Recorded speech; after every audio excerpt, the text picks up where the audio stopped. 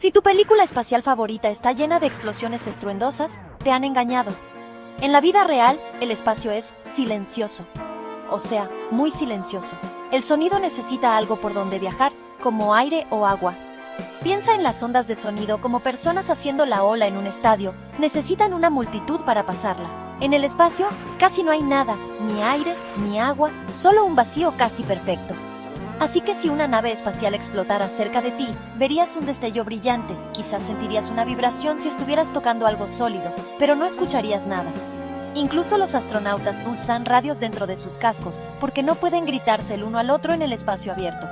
Así que la próxima vez que veas una batalla espacial ruidosa, recuerda, el espacio real, silencio total.